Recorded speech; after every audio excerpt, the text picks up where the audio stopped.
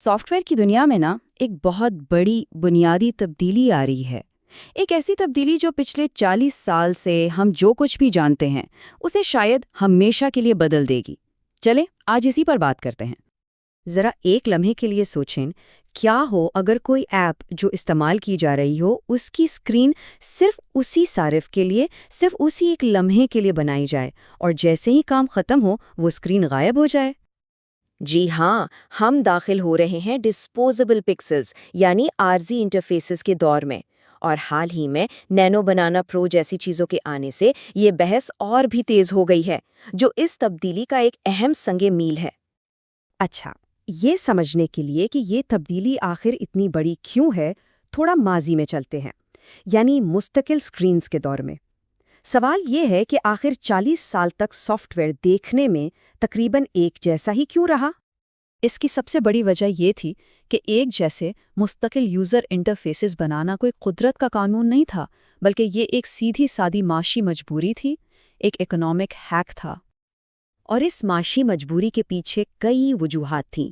देखे ना, स्क्रीन्स को डिज़ाइन करना, फिर उन्हें बनाना, टेस्ट करना और फिर लोगों को उन पर ट्रेनिंग देना, ये सब कुछ बहुत ज़्यादा महंगा था। तो हल ये निकाला गया कि एक ही इंटरफेस बना दो जिसे लाखों लोग इस्तेमाल करें, भले ही वो उनकी ज़रूरतों से मेल खाता हो या ना हो। कभी सेल्स फोर्स सर्टिफाइड या वर्कटे सर्टिफाइड होने के बारे में सुनने में आया हो, तो बस यही कीमत थी उन मुस्तकिल स्क्रीन्स की। कंपनियों को लोगों को ये सिखाने पर भारी पैसा खर्च करना पड़ता था कि एक पेचीदा, ना बदलने वाले सॉफ्टवेयर को आखिर इस्तेमाल कैसे करना है। और इसका नतीजा कभी कभी तो तबाहकुन होता था। एक डेवलपर की ये कहानी बहुत मशहूर है कि ओरेकल आई स्टोर के बेहद ख़राब इंटरफेस की वजह से उसने गलती से आधा स्टोरी डिलीट कर दिया। ये एक ऐसे सॉफ्टवेयर की मिसाल है जो सबके लिए एक जैसा था और इसीलिए शायद किसी के लिए भी अच्छा नहीं था। लेकिन अब सब कुछ बदल रहा है। हम एक ऐसे मोड़ पर खड़े हैं जहां टेक्नोलॉजी की तीन बड़ी ताकतें मिलकर इन पिक्सेल्स को सस्ता और ज़रूरत के मुताबिक यानी कॉन्टेक्सचुअल बना रही हैं। पहली ताकत है जनरेटिव यूआई टेक्नोलॉजी, यानी ऐसे मॉडल्स जो सिर्फ टेक्स्ट की बुनियाद पर पूरी की पूरी स्क्रीन बना सकते हैं। दूसरी चीज़ है आरज़ी और स्याको सबक के मुताबिक ऐप्स के लिए नए डिज़ाइन के तस्वुरात। और फिर तीसरी और शायद सबसे अहम है एजेंटिक सॉफ्टवेयर, यानी ऐसा एआई जो दूसरे सॉफ्टवेयर को खुद चला सकता है, जैसे चार्ट बनाने के लिए किसी एपीआई को कॉल करना। और इन टूल्स की रफ्तार तो बस हैरानकुन है। इन नए टूल्स को इस्तेमाल करते हुए अमेरिका और जर्मनी की जीडीपी का 1960 से 2025 तक का मवाजना करने वाला एक पेचीदा चार्ट बनाने में कितना वक्त लगा होगा? घंटे? नहीं, सिर्फ 10 सेकंड लगे। तो बात यह है कि पूरा माइंडसेट ही बदल रहा है। पहले हमें ऐप सीखनी पड़ती थी, अब नया मॉडल ये है कि बस अपनी नीयत बताओ और जब ज़रूरत पड़ेगी यूज़र इंटरफेस खुद ब खुद सामने आ जाएगा। तो मुस्तकबिल का सॉफ्टवेयर कैसा नज़र आएगा? इसका नया ब्लूप्रिंट क्या है?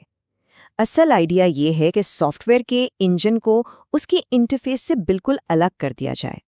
और यहीं पर डिस्पोजेबल पिक्सेल्स का पूरा कॉन्सेप्ट सामने आता है, यानी ये ख्याल कि यूज़र इंटरफेस को किसी खास सारिफ और काम के लिए ज़रूरत के मुताबिक बनाया जा सकता है और काम ख़त्म होते ही उसे एक तरफ किया जा सकता है।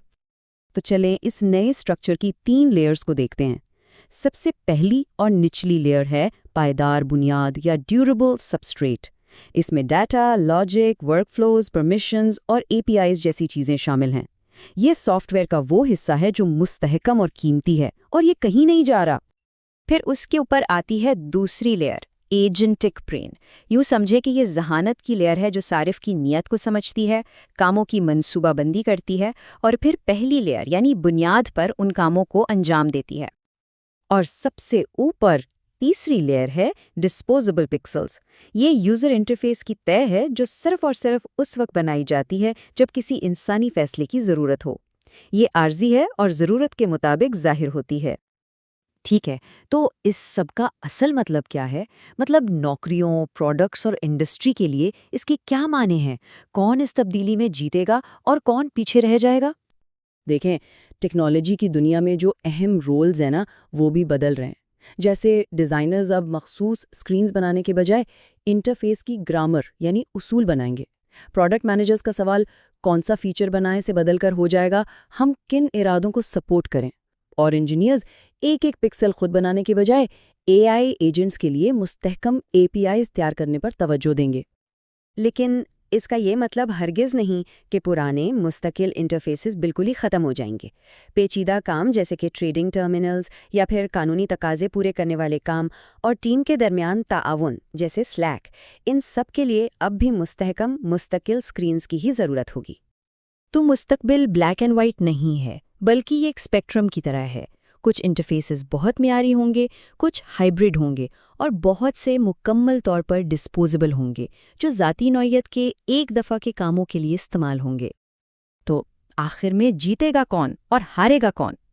جیتنے والوں میں وہ پروڈکٹس ہوں گی جنہیں اے آئی ایجنٹس آسانی سے استعمال کر سکیں، جن کے پاس صاف ستھری اے پی آئیز ہوں، اور وہ ٹیمیں جو یوزر انٹرفیس کو ایک زبان سمجھ کر کام کرتی ہیں۔ ہارنے والوں میں وہ ہوں گے جن کی واحد خوبی ایک خوبصورت انٹرفیس ہے، یا وہ جو صارفین کو اپنے بند نظام میں قید رکھنا چاہتے ہیں۔ تو اس پوری بات کا خلاصہ، اس کا نچوڑ ایک لائن میں یہ ہے کہ سافٹ ویئر دو حصوں میں بٹ رہا ہے۔ ایک ہے بنیاد جسے مستحکم ہونا چاہیے، اور دوسرا ہے پکسل جس کی اہمیت اب بہت کم ہوتی جا رہی ہے۔ تو اگلی بار جب کوئی ایپ کھولیں تو ایک لمحے کے لیے سوچنے کی بات ہے، کیا یہ ایک مستقل جگہ ہے یا یہ ایک ایسا پکسل ہے جو صرف میرے لیے، صرف اسی لمحے کے لیے بنایا گیا ہے؟